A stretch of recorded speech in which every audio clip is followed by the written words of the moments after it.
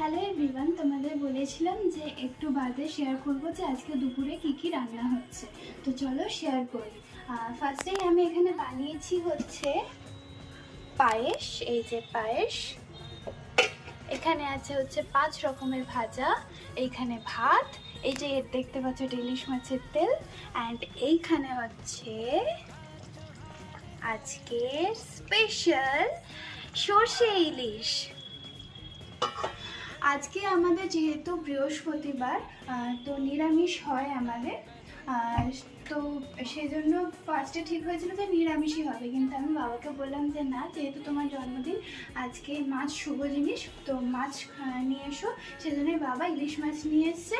And এখানে বাকি আছে হচ্ছে হলো এই চাটনি, যার জন্য টমেটো কাটা আছে। এবার খেজুর আর আমসত্ত্ব কাটলেই এই চাটনিটা হয়ে গেলেই আজকে দুপুরে রান্না একদম কমপ্লিট।